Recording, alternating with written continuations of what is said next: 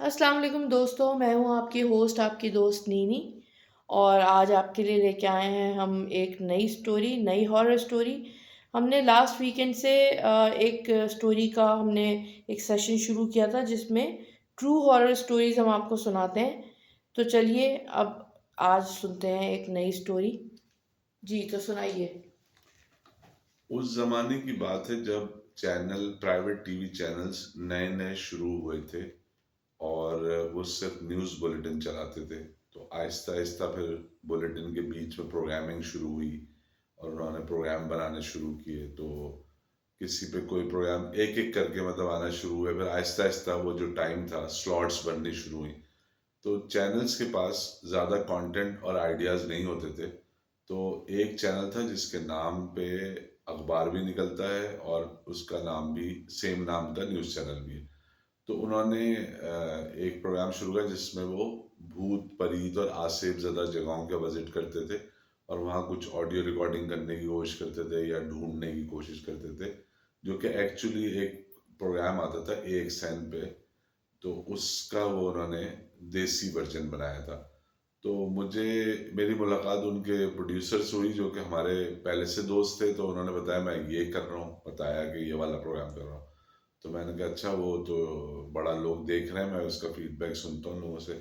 तो कहने लगे अब बहुत सारी जगह हो गई हैं, अब हमें नई जगह ढूंढनी है, तो आपके पास कोई ऐसी जगह है जो आप जानते हो? तो मैंने उन्हें बताया कि एमेजिना रोड पे, मेन एमेजिना रोड पे, नुमाइश से पहले अगर आप वहाँ से आ रहे हैं, कैप्री सिनेमा से नुमाइश जा रहे हैं, तो लेफ्ट पे PSO के पंप से पहले एक कॉर्नर पे इमारत है। मैंने कहा मुझे पता नहीं है उसके बारे में कि ये इमारत में कुछ है, लेकिन मुझे लगता है कि वो कुछ वहाँ पे मसला है, मुझे ऐसा फील होता है। तो उन्होंने कहा यार फिर कोई टाइम सेट कर लें। हमारा टाइम सेट हुआ, वो अपनी टीम के साथ पहुंच गए, मैं अलग पहुंचा, मुझे उस तरफ जाना था, मैंने फ़ोन किया, पहुंच गया। खैर वहां पहुंचे तो वो उस पे ग्रिल वाला एक गेट था और वो वहां शायद पारसी कॉलोनी ही का ही कोई घर था वो, लेकिन है वो मेन रोड पे, मेन एमेजना रोड पे। तो उसकी निशानी ये है कि वो एक तो उसका आर्किटेक्चर बहुत खूबसूरत है। आ, बड़ा प्लॉट है और बीच में घर थोड़ा निस्बतन छोटा बना हुआ है क्योंकि पुराने घरों में वो एरिया छोड़ते थे।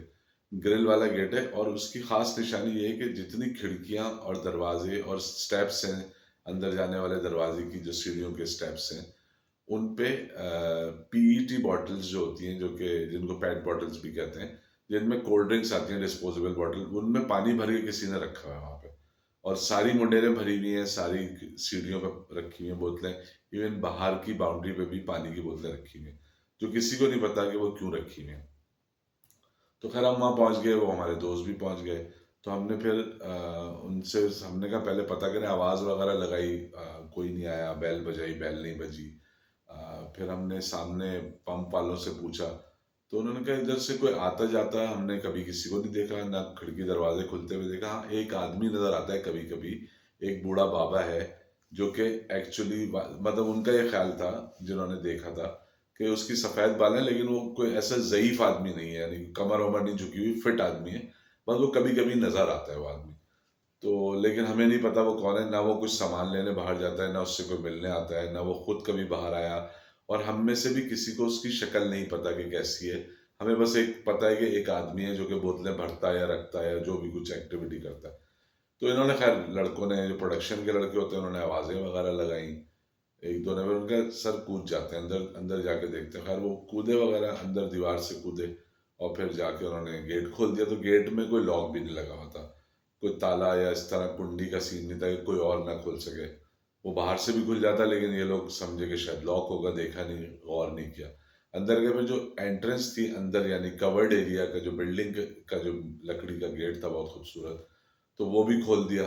उसका हैंडल घुमाया तो वो खुल गया।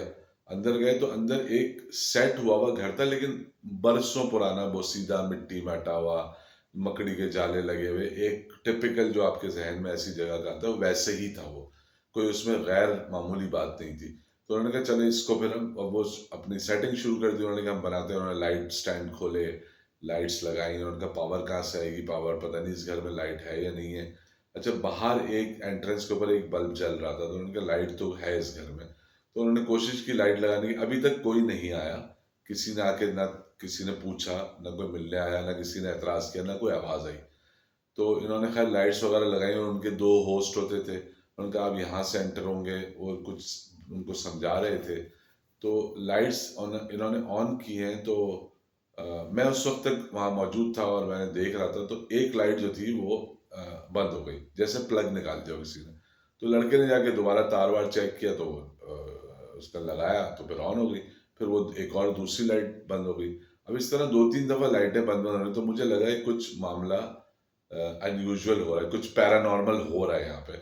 और मुझे कुछ फील भी हुआ, तो मैंने कहा मुझे जाना है, मैं जा रहा हूँ। मुझे वाकई जाना था, मैंने झूठ नहीं कहा था। तो मैं खैर निकला बाहर और गाड़ी में बैठ के चला गया। और फिर दूसरे दिन मैंने जो है ना कॉल करके अपने दोस्त से पूछा कि भाई क्या वो हो गई रिकॉर्डिंग। उन्होंने कहा भाई आपके जाने के बाद जो हुआ है ना हम बता नहीं सकते। मैंने कहा है, मैंने कहा कोई चोट वोट, कोई खुदा ना खास्ता कुछ और, कहने नहीं हुआ है और कुछ नहीं हुआ, कोई नुकसान नहीं हुआ। लेकिन वो कहता है आपके सामने लाइट्स बंद हो रही थी, तो हम कभी ऑन करते थे, फिर दूसरी कहते फिर थोड़ी देर बाद एक लाइट उठा के किसी ने दीवार पे मार दी और वहां कोई नहीं खड़ा हुआ था।